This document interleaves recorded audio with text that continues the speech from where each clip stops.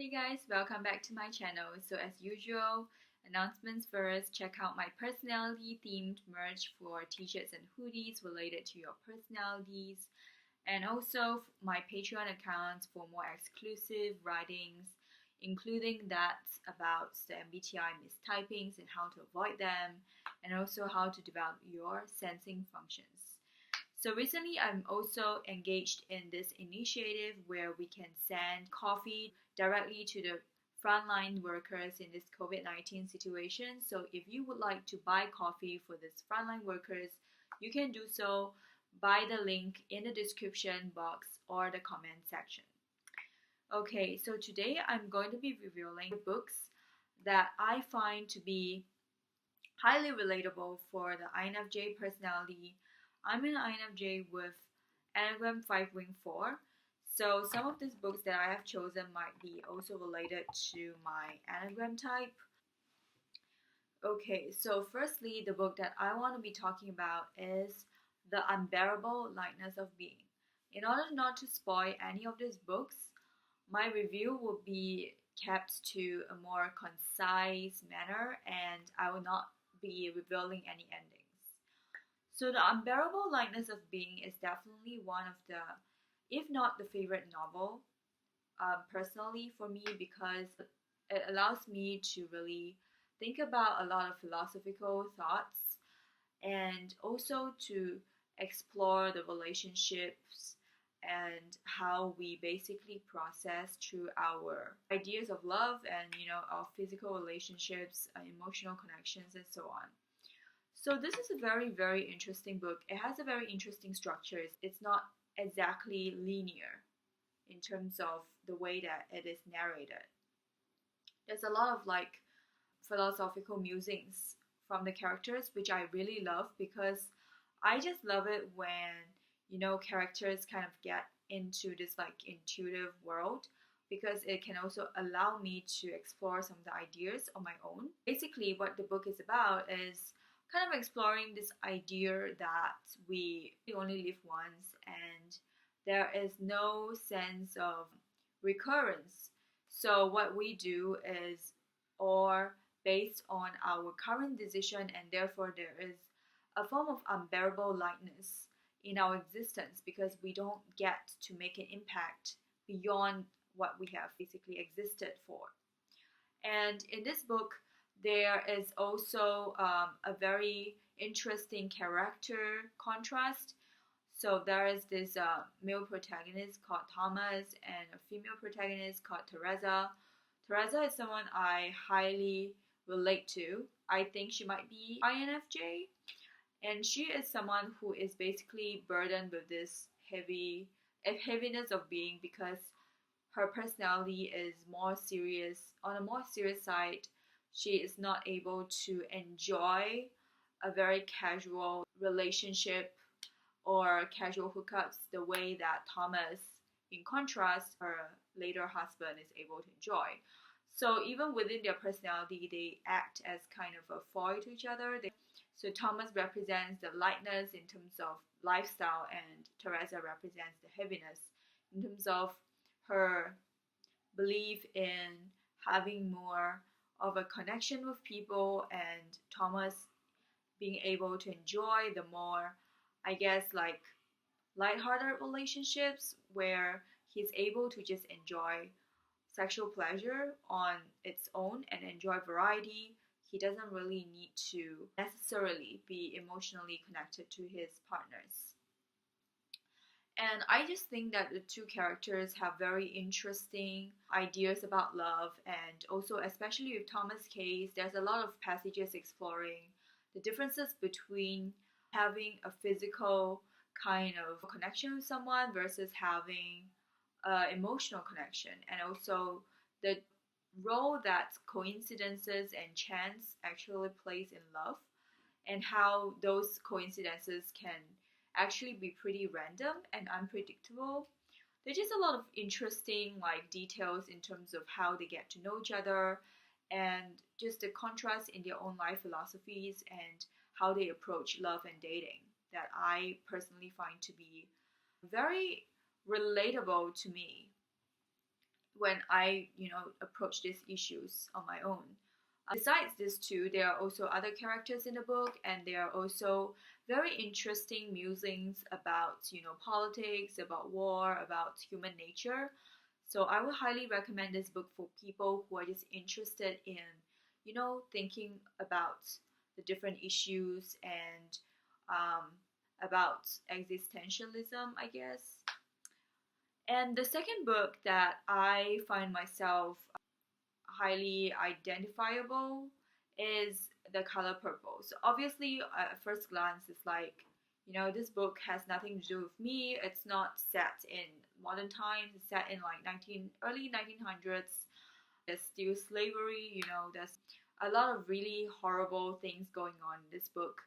So basically, it is about this girl called Sally. She is black, and she has undergone some very extreme traumas in her life that includes her own father raping her, which actually later on was found out to be her stepfather, but still is terrible. So she was caught in this rut. Like, her life was terrible in every way. She had domestic violence issues, and she was also forced to marry this guy who also turned out to be violent. And as a result of, this unfortunate just situations in her life, she resorted to writing these letters to God. And her letters to God kind of form the entire structure of the story. It's all like, her talking to God and trying to figure out what he is, and, whether it's a he or she or it or whatever. And she formed this really weird, I guess, curious friendship or relationship with this jazz singer called Xueqin, who is a really open bisexual, I believe, and she just has a lot of relationships with different people and concurrent ones sometimes. And she has a very unorthodox way of looking at the world, which she sees God as an it and not a she or he, and she sees God as this presence that is within us. Like, we have to search to find it. Like, we can't really go to church to find God, And it's just very interesting. Like, I think the reason why this book is so close to me is because of the exploration of what God is and how it can mean to people. And I think this book forms my ideas about spirituality and also how I feel about God.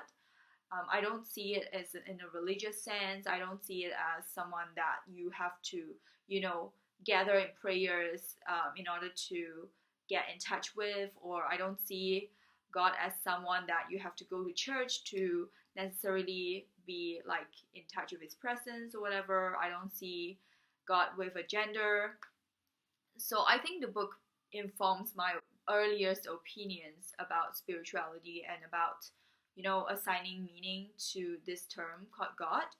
And it is closest to my own definition of God. Like, it isn't a scientific definition by any way, shape, or form, but it's more of, just something that I myself believe in. Like, I don't see God as this, like, authority figure.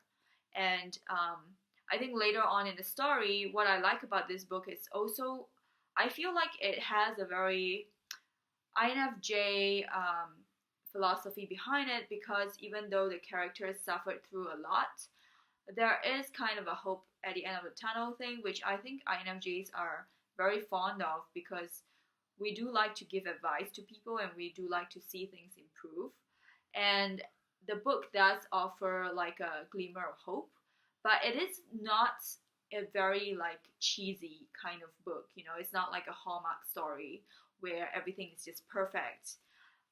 But it offers this like cruel realities, but also offers this resilience of humans and how people can actually rely on this entity called God or spirituality for survival, and how people can actually get better in life once they are able to grasp onto things that really mean a lot to them. So I think it is about how people can make the best use of the circumstances, and it is really rare, I think, for a book that is able to show a character developing so much, even in the midst of like extreme cruelties. The next book up on the list is actually a pretty different book from the rest. It is a Chinese classic novel. It's called Dreams of the Red Chamber, and I think it's written like hundreds of years ago. I'm not sure like the exact dates, but this book is very close to me because it is also, I guess, my own introduction to Chinese literature. Like, it is the book that every Chinese person probably knows about or should know about, because it is like as famous as Romeo and Juliet, except that the story is way more complicated and tragic, I would say, in my opinion. So Dream of the Red Chamber, again, if you are not Chinese or if you have not heard of the book, I highly recommend you to read the translated version. It chronicles the rise and fall of this family that works for the government, and the male protagonist, I believe he's kind of an ENFP character. So he is a very interesting character. He is highly individualistic. He loves arts and poems and so on. He loves to hang out with females. He's well known for saying that he prefers the company of women because he finds them to be more sensitive, and it's, you know, a reflection of his own sensitivity. He's definitely an extrovert. He loves to tease people. The female protagonist, I believe she's an INFP.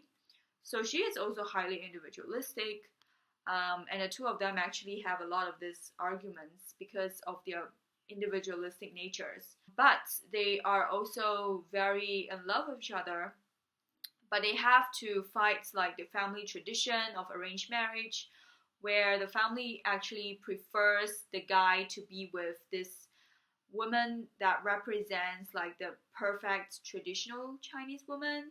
The preferred woman that the family wants him to marry is someone who is, you know, very group oriented and not individualistic, but someone who is, you know, able to cater to other people's feelings, someone who is able to, you know, be very family oriented in her approach to life. And I'm pretty sure she's an ESFJ. She's a very quintessential ESFJ in the story, and she is like this person who, again, like I said, represents the cultural ideal of a woman.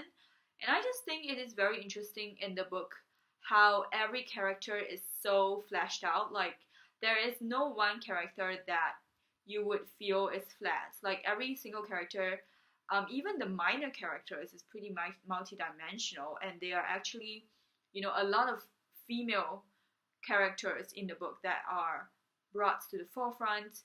So other than the male protagonist, basically all the other characters in the book that are given a lot of time are females. And I just thought that the story is really unique because of its approach to life and its approach to characterization, to romance. It has a very tragic ending, which obviously I'm not going to disclose, but basically the book is kind of a snippet of life. It has a very macro view on life. It is honestly quite fatalistic, I would say. The book relies a lot on this idea of fate and unpredictability of people's lives. Like, you are almost like you're not able to control anything.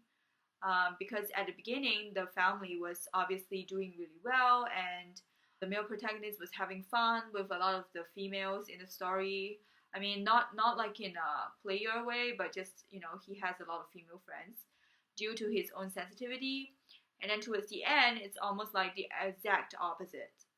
So it shows really how fate can play a role, and how these people, they don't have a lot of significance in the vastness of, you know, life and fate and so on, which sounds pretty pessimistic. I feel like this entire book is just a very INFP book, because the protagonists and, you know, they are NFP types, and as a whole it just has a very like solemn and I would say a very serious tone to it towards the end. But the reason why I love it so much is because of just the individuality of the characters, especially the female characters. And I feel like this is almost like an art form that the INFPs are especially good at. They are really good at showing you the beauty in tragedy. And I know this sounds like, maybe not so comforting to some people, but I do see that the book has a lot of really dreamlike quality to it. There are a lot of like surreality, like you don't really know if this event happened for real or not, which obviously they are supposed to have happened, but because of the dreamlike quality of the writing, it is kind of like life is a dream type of quality, and how the characters are almost like their fates are predetermined by this higher force that they cannot really, decide on their own. And usually I don't read books that are so fatalistic, but because this book is written in such a beautiful way, and the tragedy is fleshed out in a way that actually makes you appreciate the characters more, if that makes sense. Fourth book that I will be talking about, and it is the last book that I'm talking about because this video is getting a little long. I do realize that I tend to actually spend more time on books than films when it comes to talking about them. So the last book that I want to be talking about is The House on Mango Street. So this book is by this author called Sandra Cisneros. She actually received an award from Obama, and that shows you like she is amazing as an author. She has won a lot of awards before, and I've actually met her in person once in Manhattan. I believe she's an INFJ actually. I mean, I didn't have like prolonged interaction with her, so I could be wrong. But just reading like her style of writing and like meeting her in person, I feel like she is an INFJ. And her book is basically about herself, but obviously she didn't like use her own name or anything. It is about this Hispanic immigrant called Esperanza. She is 12-year-old in the book, and it chronicles like her childhood and teenagehood, I guess you can say that, in Chicago. How she felt different in the small town. She's like in a small area of Chicago where she didn't really fit in, and she constantly dreams of a better life in a bigger city, in a bigger like place where she can find herself. And there is just so much relatability in that book. I feel like when I first read it, I was also around her age, but slightly older than 12. I was like 15. And I just felt like I could so relate to everything that she was talking about. So she talked about her view of relationship, how she yearns for relationships, and the way that she describes the teenager's emotions is just so poetic. Like, it is a very lyrical way of writing. It's like, even though it is written in a prose form, it somehow reads like poems. And she is really good at capturing like this coming of age emotions and how she's watching other people in a relationship and like envisioning a future for herself, and also just some of the difficult emotions that she has to go through while growing up. I just think that overall this is a really good book, I think, especially for INFJs, because typically INFJs do not feel understood when they're growing up. And to me, this book really captures my emotions pretty accurately, and it has a very easy read because it is pretty short. So I would highly recommend it to all intuitive types, especially INFJs. And that is all for my video. So actually from next week onwards, I would be doing one film or book review, non-spoiling one per week. So you can look forward to more of this type of book or film related videos coming soon, and I'll see you in the next one.